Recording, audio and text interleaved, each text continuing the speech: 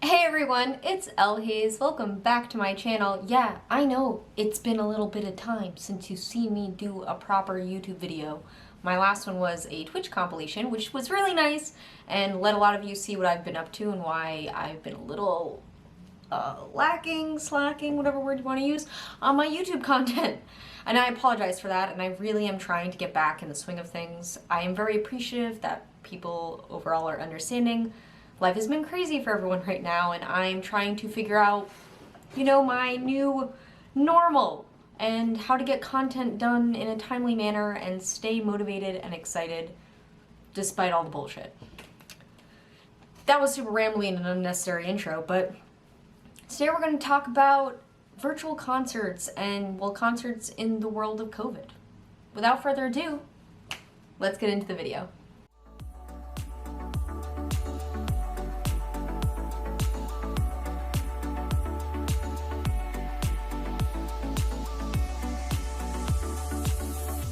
So since COVID has been a thing that we're all dealing with, I know a lot of us have felt such a change from our normal day-to-day lives, but even more so things we'd look forward to every year, every month, little adventures we would go on with our friends that just helped make the monotony of parts of our life a little more bearable, like a dead-end job. You would plan to have an excursion with your friends on the weekends, not things that are currently happening.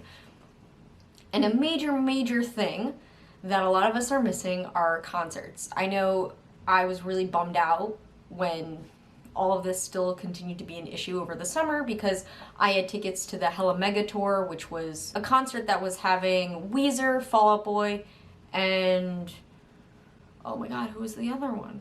Green Day. Jesus Christ. It was gonna come to me. Had the three of them co-headlining this tour, and I was really excited for it. I bought tickets for my boyfriend's birthday, but of course that's been postponed until next summer. Fingers crossed we'll be able to go.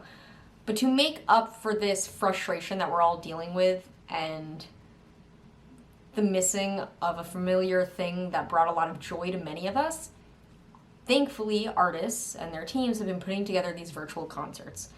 I have to do a battle for stream raiders. There's an event, and if I don't do it immediately, I get yelled at by my stream raider people. So during this entire time, I've actually been to 2 virtual concerts so far. I have friends who've been to many others, especially for artists that I don't particularly listen to, or concerts that I wouldn't have planned to attend. And I just wanted to talk a little bit about how concerts have changed right now, besides the obvious of, wow, we physically aren't there, and expectations. So to start things off, I saw the MGK concert a couple months ago, and I thought it was really great. My only issue with that and other concerts I have seen that are virtual and being marketed as being live, I wish that artists would be a little more upfront about what a live virtual concert entails for many of them. A lot of them have been pre-recorded shows that are then only played that time. And that's fine in theory, but I do know there are a lot of people who did not understand that in purchasing these tickets. So I think that that should have been a little more upfront. The MGK concert and the Youngblood concert that I actually just saw today were both pre-recorded, and 2 very different experiences, and I will explain that. But I also have friends that saw BTS do virtual concerts, and those were actually live. That was happening right there. You could also send in photos of yourself and you would be placed in the audience, which I thought was a really cool idea to help you feel more immersed and like you were actually at the show. A key piece that I think some artists and teams are not understanding we are really craving. So with the MGK concert, I did feel like we were there. That was an important piece to me because in my desire to see a virtual concert, I want to feel like I'm at a show the same way when I pay to go to a concert in person. I don't expect it to be perfect.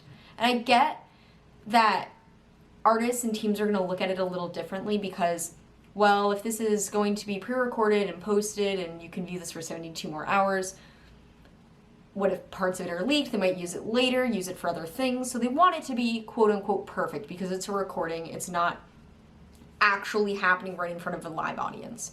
So I understand the desire for perfection. But as an audience member, I don't want that. I don't want perfection. I want to hear the little cracks in your voice as you struggle to hit that high note because you've given every single song your all and you're on like your 10th song of the night and you're a little exhausted. I want to see you tune your guitar in preparation for the next song. I want to feel immersed. MGK had a little bit of that.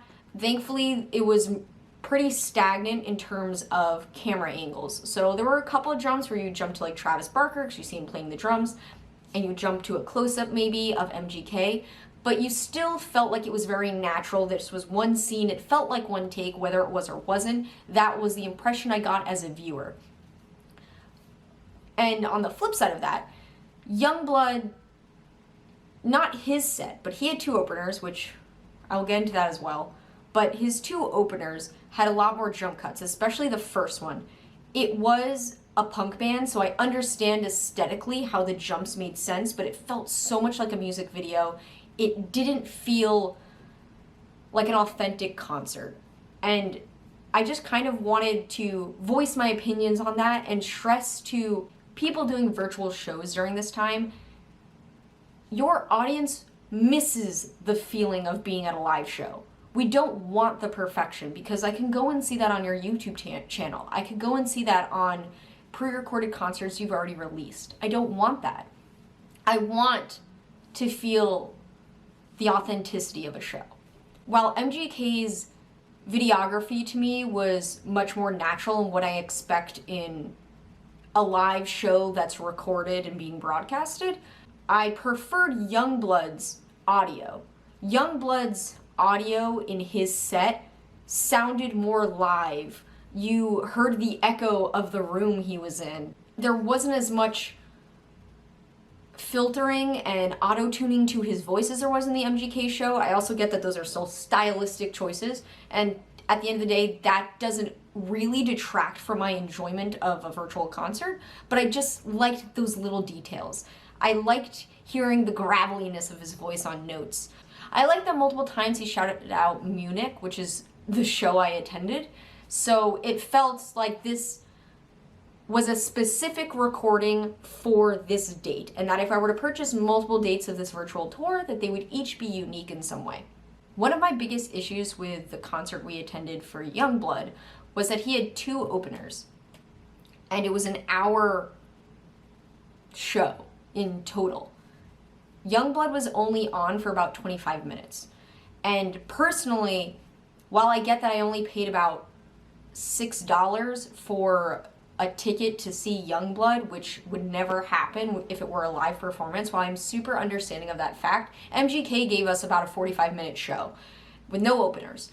So I expect that from a headliner, and I understand that it was supposed to be the tour for his EP Weird, so it's not as long as a full-length album, of course. But typically, if I were to go see a band perform their EP live, they would then mix in other songs if it was only going to be a 25-minute set. They would do their best to boost it up to about 40 minutes, if not more. Please understand this is in zero way digs at these artists. This is just my personal opinion as an audience member. I have great respect and admiration for all the artists that are putting on virtual concerts and doing their best to still engage with their audience members. I even did a whole article on Youngblood and praised him throughout it. So this is not at all to attack him as an artist or his team's decisions, just how I felt as a viewer and what my expectations be in a virtual concert. I just wish that they had pushed it a little longer, done a couple extra songs for fun. I also was not a huge fan of the choice to have intermission or countdown screens. So between each act in Youngblood's concert, they had a countdown of about 2 minutes before the next band was on. And I get that that was to almost mimic set change, but since none of the bands were in the same location, it seemed kind of pointless. And it's only an hour show, so it's not like anyone needs to really get up and do anything that would warrant needing those breaks, in my opinion. And even if you were to give me those breaks, I'd almost rather just see techies setting up for one of the bands. Even though they were in different locations and that felt weird to me, at least make me feel as immersed in this experience as possible and give me something for those 2 minutes. I don't care if it was one of your techies talking to me for 2 minutes. That's still something. Seeing them move your gear and pretending that a second band's about to come onto that same stage, even though they're not, would have been appreciated. Little details. When Youngblood was tuning his guitar, I appreciated that. I was actually in a Discord call with people who were all simultaneously watching it. We did not broadcast it in Discord. That would have been super not okay in my opinion. So we were all in a call together watching the concerts on our own screens. And every time something small happened, like seeing a guitar change over, seeing a tuning, seeing a techie move around, we all got really excited because we just felt like that feels real, that feels legitimate, that's what I expect from a show. And maybe I'm also coming from the position of having worked in that side of the industry where I was a techie, where I was a roadie, and I appreciate those people and the hard work they put in, that maybe that is part of the reason that I want those aspects in my concert experience. But since I was also in a call with people who do not have that experience in the industry and they felt similarly, I don't think that's a unique feeling to just me. All in all, I absolutely have loved these virtual concerts. They've been a nice thing to look forward to during such a hectic time. But I just hope that as artists are having to do more of these, that they remember what the purpose is and what they're trying to fill the void of. We don't want you to just put out content. You can do that on YouTube with more releases. You can put stuff out on Spotify. We miss that interaction. And if you can do the best of your ability to provide some kind of experience that makes us all feel like we were connected for a few minutes, an hour, that would be wonderful.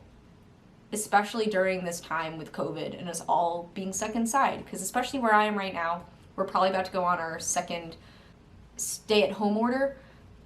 I'm in America, for those that don't know, and it's just a bummer that things are about to go backwards. So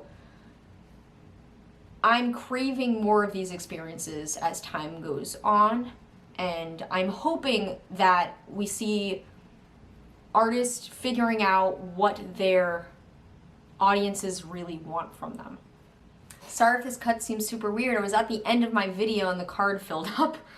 I just want to say that I'm looking forward to more virtual concerts. I'm looking forward to having more experiences that feel unique and feel special despite being stuck inside right now. And I hope you all enjoyed this video. If you did, please like and subscribe. Join the Haze Cave family. If you haven't checked out my Twitch, I'm there regularly. Discord, I am there daily. So all links are below, and I'll see you guys in the next video. Thanks everyone. If you like this video, click on other videos. You'll probably like them.